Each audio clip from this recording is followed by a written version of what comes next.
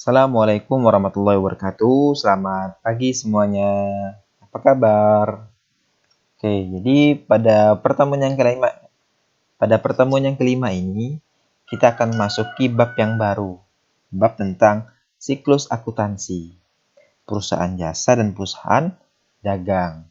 Oke, jadi bab kelima ini hampir sama kayak bab yang keempat yang kemarin tentang persamaan dasar akuntansi. Cuman letaknya itu di bagian tahapan-tahapannya. Di bab yang kelima ini, tahapan akuntansinya lebih lengkap atau lebih kompleks. Dan diharapkan setelah mempelajari materi kita hari ini, diharapkan kalian ya dapat mengetahui dan membedakan karakteristik akuntansi pada perusahaan jasa dan perusahaan dagang, transaksi yang muncul dan akun-akun yang muncul juga pada perusahaan jasa maupun perusahaan dagang. Oke. Untuk pertanyaan pembuka, masih ingat tidak kalian tentang pengertian akuntansi? Ya. Akuntansi adalah proses pengelolaan data keuangan menjadi informasi akuntansi.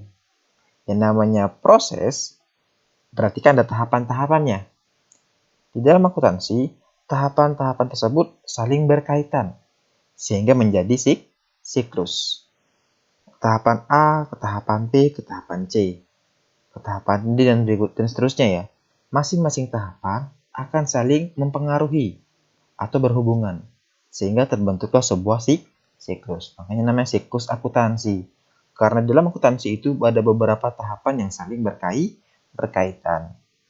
Tadi di awal saya udah bilang ada siklus akuntansi perusahaan jasa, siklus akuntansi perusahaan dagang. Apakah setiap bentuk usaha itu berbeda-beda akuntansinya atau siklusnya? Secara umum, siklus akuntansinya sama.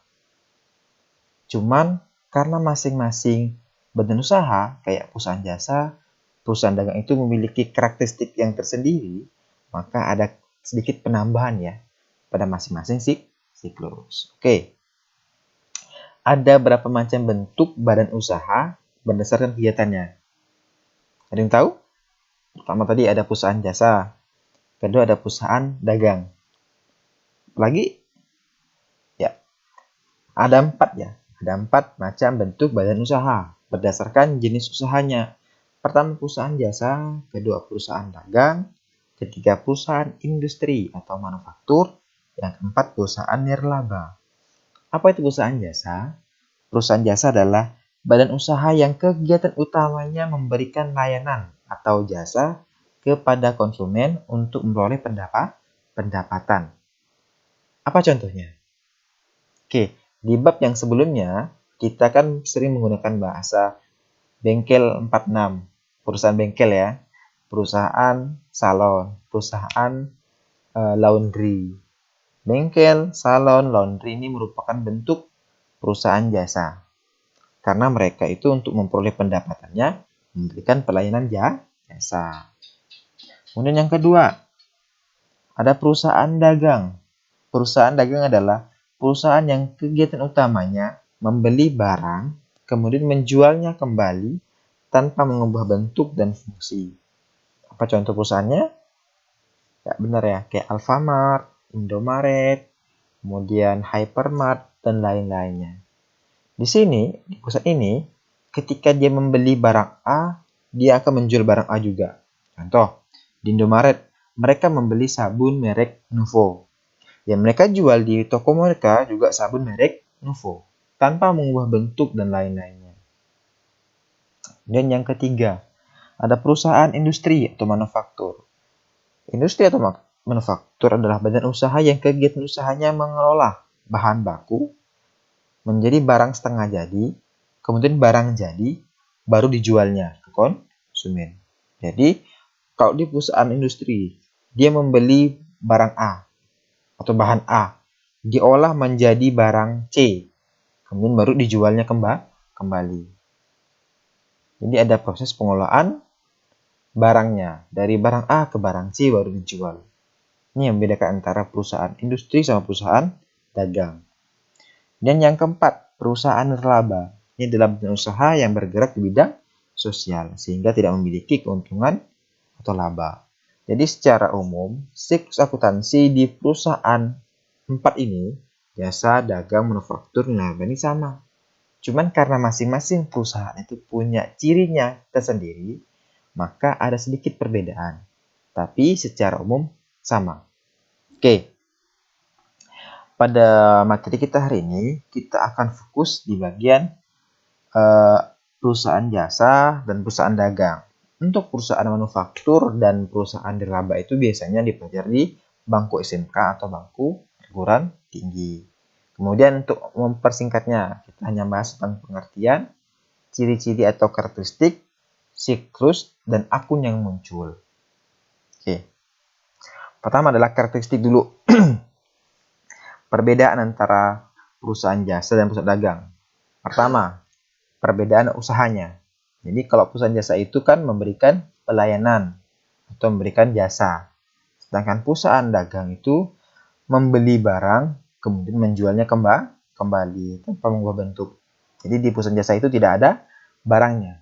Karena jasa kan sifat yang namanya pelayanan itu kan tidak ada bentuknya, tapi bisa dirasakan. Sehingga mereka tidak memiliki persediaan barang. Sedangkan di perusahaan dagang, karena dia membeli barang, kemudian dia menjualnya kembali, pasti ada stok persediaan barang. Jadi beda pertama adalah, kalau jasa itu mereka tidak memiliki stok barang, sedangkan perusahaan dagang itu memiliki stok barang. Kemudian yang kedua, dalam harga. Di perusahaan jasa itu harganya bersifat relatif dan cenderung tidak sama penetapan harganya, tergantung pada jasa yang ditawarkan atau yang diberikan. Sedangkan di perusahaan dagang itu dalam harga itu seragam, sama pada barang yang ditawarkan.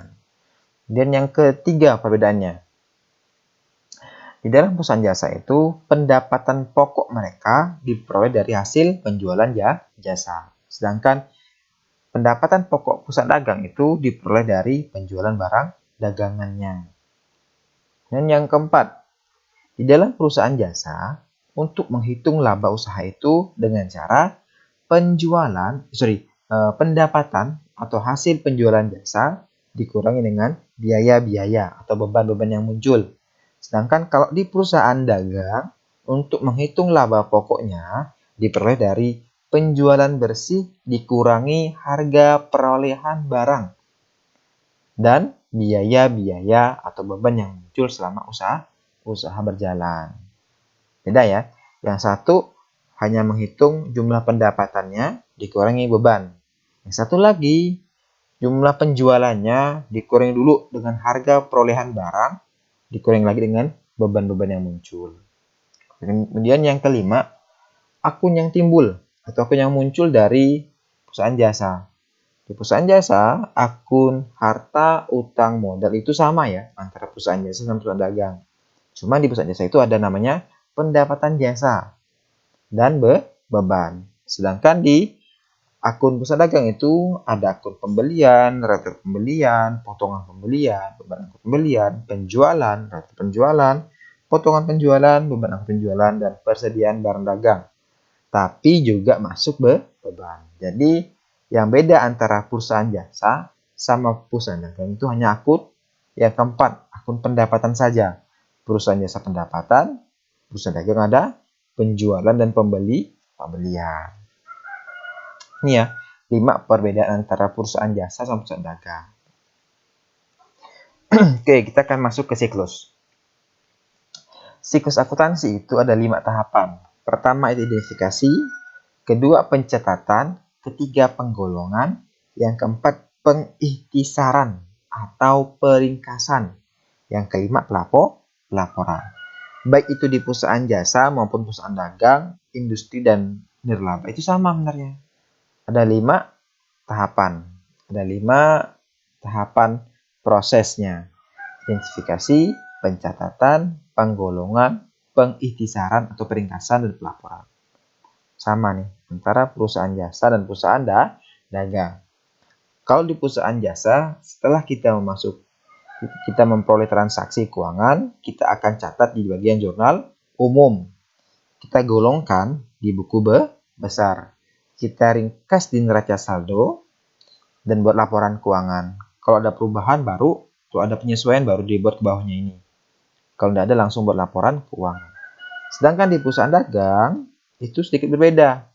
Setelah melihat menganalisa transaksi, kita akan mencatatnya di jurnal umum dan jurnal khusus. Kemudian kita golongkan di buku besar umum dan buku besar pembantu. Kenapa bisa jadi seperti ini? Ini terjadi karena adanya karakteristik dari perusahaannya. Coba kalian perhatikan ya, antara perusahaan jasa sama perusahaan dagang, antara bengkel dengan Indomaret. Kira-kira satu harinya itu lebih banyak mana? Transaksi di bengkel atau transaksi di Indomaret? Ya, kalau kita perhatikan transaksi di Indomaret lebih banyak dan lebih kompleks. Sehingga untuk mempermudah kita dalam mencatat transaksi, kita butuh dua jurnal. Jurnal umum dan jurnal khusus. Fungsinya sama, mencatat transaksi. Kemudian yang kedua, ada buku besar. Kalau di buku besar perusahaan jasa itu, kita cukup satu saja ya, buku besar umum. Tapi kalau di perusahaan dagang, itu butuh dua. Buku besar umum dan buku besar pembantu. Apa alasannya? Karena transaksinya banyak, akun yang muncul atau perkiraan yang ada juga banyak. Pembelian, penjualan, dan lain-lainnya. Maka dibutuhkan juga buku besar pembantu untuk mempermudah dalam penggolongannya nanti. Kemudian setelah itu kan sama semuanya. Jadi makanya untuk tahun ini ya, saya akan coba lebih fokus ke akuntansi perusahaan dagang. Kenapa? Karena ini akan terus berlanjut nih sampai kalian kuliah nanti.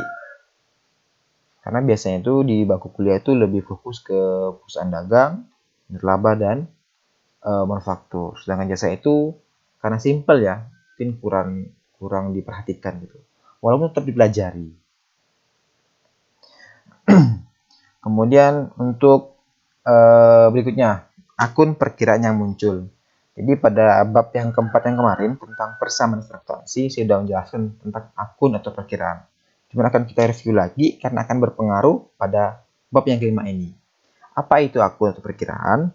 Akun atau perkiraan adalah suatu alat yang digunakan untuk mencatat transaksi keuangan yang bersangkutan dengan aset, harta, kewajiban, ekuitas, pendapatan, dan beban. Jadi media atau alat untuk mencatat transaksi. Jadi secara umum sama ya antara persamaan dasar akuntansi dengan siklus akuntansi. Ada 5 akun atau perkiraan: harta, utang, modal, pendapatan, beban. Apa itu harta? Harta adalah kekayaan yang dimiliki perusahaan berupa kas, piutang, perlengkapan, peralatan, dan lain-lainnya.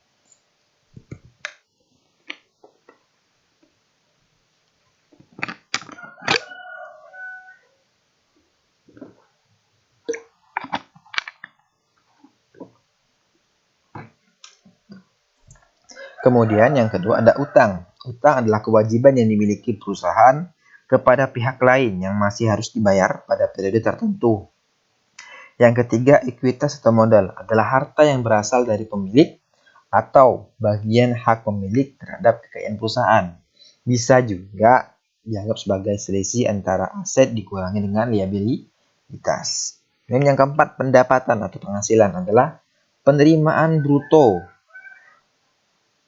perusahaan dalam melaksanakan kegiatan operasionalnya. Kemudian yang kelima, beban adalah biaya yang muncul atau yang dikeluarkan perusahaan dan yang harus diakui selama usaha untuk memperoleh pendapatan. Jadi biaya yang muncul dalam kegiatan operasional perusahaan. Ini 5 akun yang muncul baik itu di persamaan dasar akuntansi maupun di siklus akuntansi. Oke, kita akan memperlebar atau kita akan merincikan macam-macam akun yang muncul. Oke, namun pertama nih, ini ada sedikit penambahan nih. Kalau pasti bersama dasar akuntansi kan, kita hanya menganalisa transaksi. Contoh gini, transaksi pembelian perlengkapan secara tunai.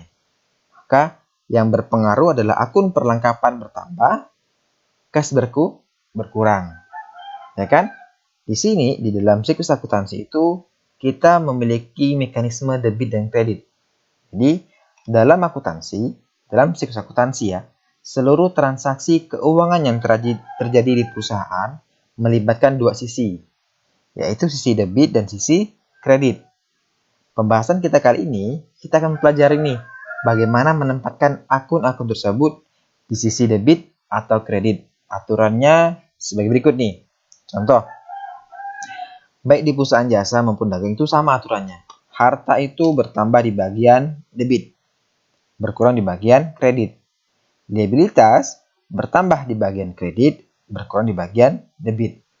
Kemudian, ekuitas bertambah di bagian kredit, berkurang di bagian debit. Pendapatan bertambah di bagian debit, kredit, berkurang di bagian debit. Beban bertambah di bagian debit, berkurang di bagian kredit. Simpelnya, kalian cukup fokus saja di bagian ininya, saldo normalnya. Harta bertambah debit, utang bertambah kredit, ekuitas bertambah kredit, pendapatan bertambah kredit, beban bertambah di bagian debit. Kalau kalian udah hafal aturan ini, aturan mekanismenya, debit kreditnya, kalian sudah menguasai setengah akuntansi ya. Karena ini adalah pokok materi akuntansi tentang mekanisme pencatatan debit dan kreditnya. Jadi, untuk mempermudah kalian cukup fokus saja di bagian akun dengan saldo normalnya. Harta bertambah debit, utang bertambah kredit, modal bertambah kredit, pendapatan bertambah kredit, beban bertambah debit. Cukup fokus bagian saldo normal saja. Oke, dan perbedaan antara mekanisme debit dan kredit di perusahaan jasa dan dagang itu hanya terletak di akun nomor 4 dan 5. Di akun 4 itu kan akun pendapatan. Di perusahaan dagang namanya penjualan. Sedangkan 5-nya, kalau di perusahaan jasa hanya akun beban. Di perusahaan dagang itu ada pembelian dan beban. Ini ya, perbedaannya secara umum itu sama. Aturannya juga sama. Dan kita akan masuk ya ke rincian akun yang muncul. Jadi kalau di perusahaan jasa kan kita mempelajari ada akun harta, utang, modal, pendapatan, beban.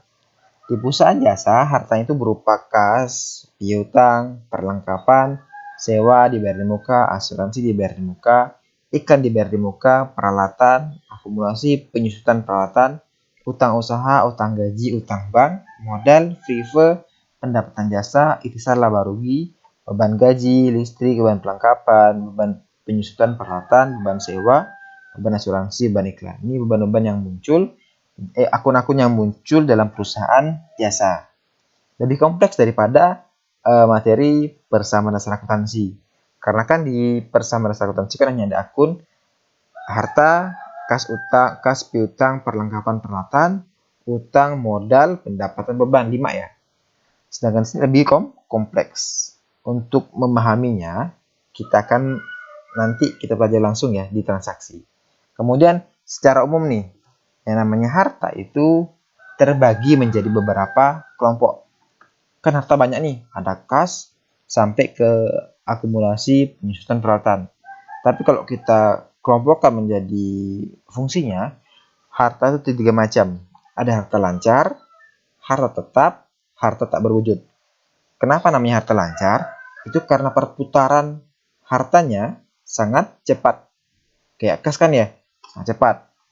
Atau di bawah setahun lah simpelnya.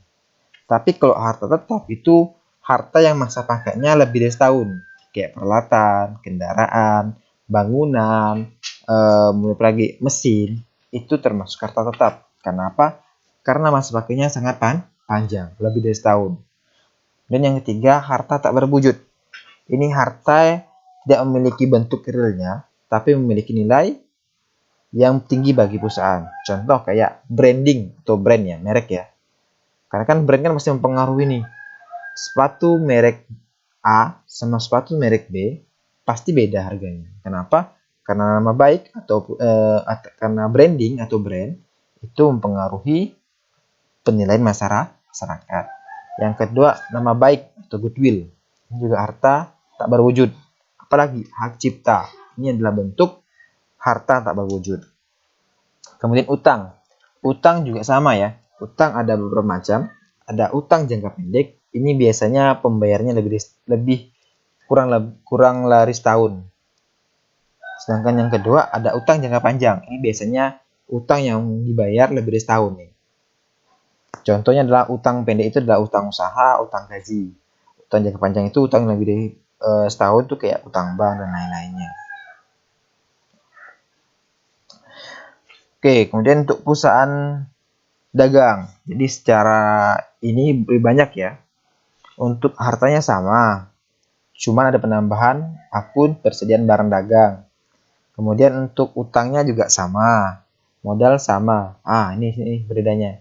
Kalau di perusahaan itu namanya penjualan dan pendapatan. Ada akun penjualan, potongan penjualan, retur penjualan. Untuk akun yang kelima, ada pembelian, ada beban-beban.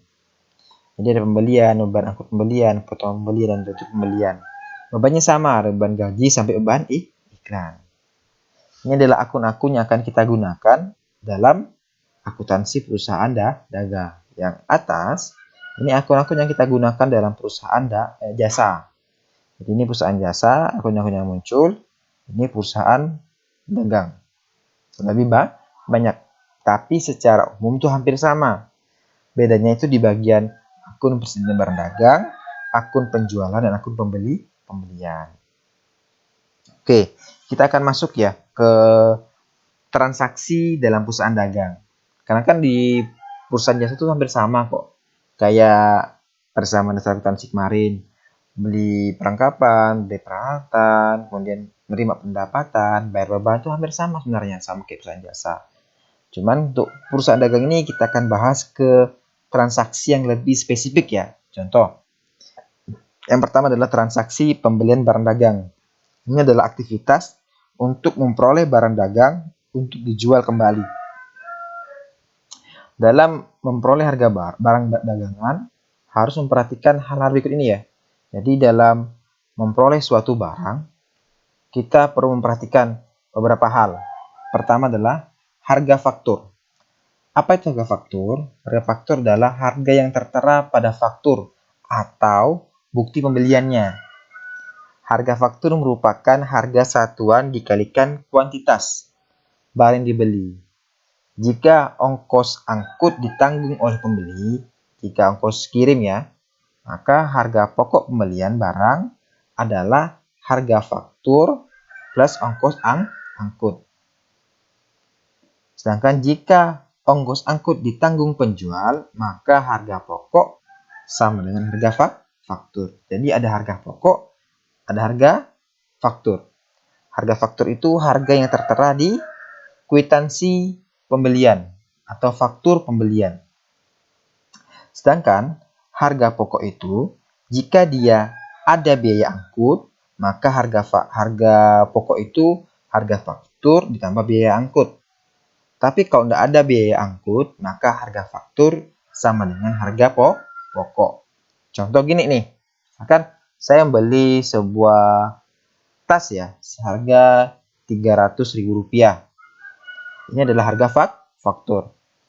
Ada ongkos kirimnya Rp30.000. Maka harga pokok tas saya adalah 300.000 ditambah 30.000. 330.000. Karena ada ongkos kirimnya.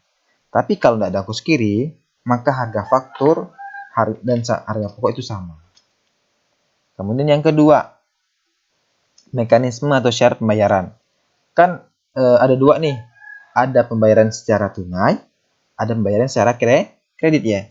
Ada barang yang langsung dibayar, ada barang yang dibayar nanti ditangguhkan. Jadi untuk pembelian secara kredit, seringkali ya di dalam syarat pembayarannya itu dicantumkan syarat-syarat khusus. Ini yang jadi pembedaan nih. Jadi yang buat perbedaan antara perusahaan dagang dan perusahaan jasa. Jadi kalau di perusahaan dagang itu, ketika kita beli barang secara kredit itu ada syarat yang ditambahkan. Ada 3 syarat ya yang sering muncul ya. Syarat yang pertama adalah syarat N_EOM.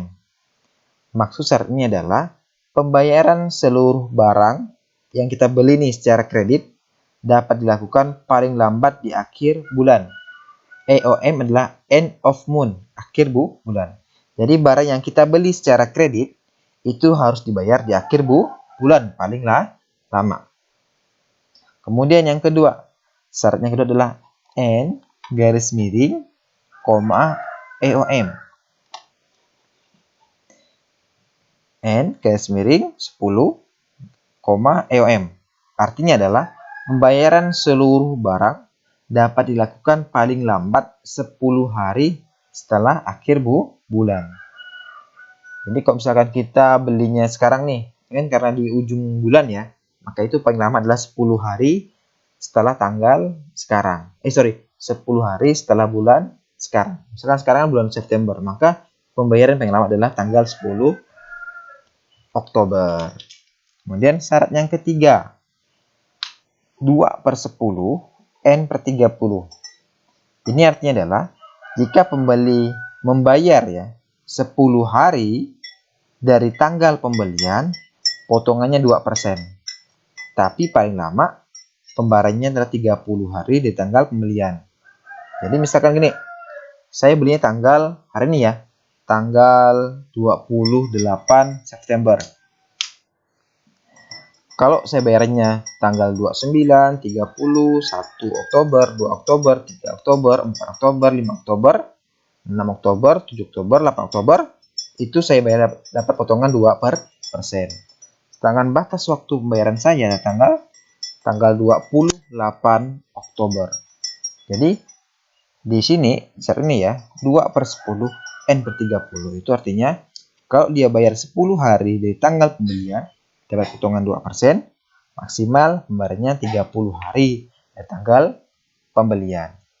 Jadi yang di bagian depan ini bisa berubah-ubah ya, bisa 5/10, bisa 3/10, tergantung perusahaannya. Intinya adalah di bagian depan ini adalah besarnya potongan, di bagian belakang adalah jumlah batas harinya. Bisa 2/10, bisa 5/7, 5/3 dan lain-lainnya, tergantung perusahaannya. Intinya yang bagian depan adalah besarnya persentase potongan, yang bagian belakang adalah jumlah harinya. Nanti ini akan kita lebih perinci ya saat analisa transaksi. Kemudian syarat penyerahan barang. Selain juga adanya syarat tambahan, di dalam perusahaan itu ada yang namanya sebuah keunikan ya. Syarat penyerahan barang. Kan ketika kita beli barang sama penjual, kan akan ditentukan nih, yang nanggung biaya angkut siapa? Apakah dia pembeli atau penjual? Kalau kita gunakan bahasa keuangan, ada FOB shipping point, ada FOB destination point. FOB shipping point adalah penjual tidak menanggung biaya angkut penjualan. Kalau FOB destination point, biaya angkut ditanggung oleh penjual. Jadi kalau shipping point ini yang nanggung adalah pembeli. Kalau destination point yang nanggung adalah penjual. Kemudian yang kedua ada pengembalian barang atau retur ya. Jadi karena tidak sesuai dengan pesanan atau rusak, maka terjadilah retur pembelian dan potongan harga. Jika pembelian dilakukan secara kredit, maka akan mengurangi nilai utang yang dibayarkan. Jadi misalkan ini, saya beli barang nih seharga 10 juta rupiah. Ketika sampai di rumah, rupanya barangnya rusak 2 juta. Maka akan saya kembalikan 2 juta ini ke si penjual. Kalau saya belinya secara kredit, maka utang saya berkurang 2 juta. Tapi kalau saya beli secara tunai, maka uang saya dikembalikan 2 juta rupiah. Dan yang ketiga ya, potongan pembelian. Jadi potongan pembelian ini biasanya berkaitan dengan syarat pembelian secara kredit. Jadi potongan pembelian pembeli akan menerima potongan pembelian apabila memenuhi syarat pembayaran. Jadi misalkan 2/10 atau 5/7 tergantung perusahaannya. Dan yang keempat, pembayaran beban angkut yang dibeli. Ini berkaitan dengan syarat penyerahan barang nih. Ada FOB shipping point, biaya angkut ditanggung oleh pembeli. Destination point biaya angkut ditanggung oleh penjual. Ini juga sama ya, ada penjualan barang dagang, penerimaan kembali barang yang dijual, pembayaran biaya angkut dan potongan penjualan. Hampir sama kok intinya. Jadi yang menjadi keunikan dari perusahaan dagang adalah adanya penjualan, adanya pembelian. Dalam pembelian ada yang namanya retur dan potongan pembelian. Penjualan juga sama. Oke, itu ya untuk materi hari ini. Oke, jika ada pertanyaan silakan sampaikan ke saya lewat grup ataupun japri saya. Kemudian untuk melihat seberapa jauh pemahaman kalian, silakan kerjakan tugas di link berikut ini. Oke, sekian dari saya. Terima kasih. Wassalamualaikum warahmatullahi wabarakatuh. Sampai ketemu minggu depan. Minggu depan kita akan pelajari tentang analisa transaksi yang terjadi di perusahaan dagang. Terima kasih semuanya.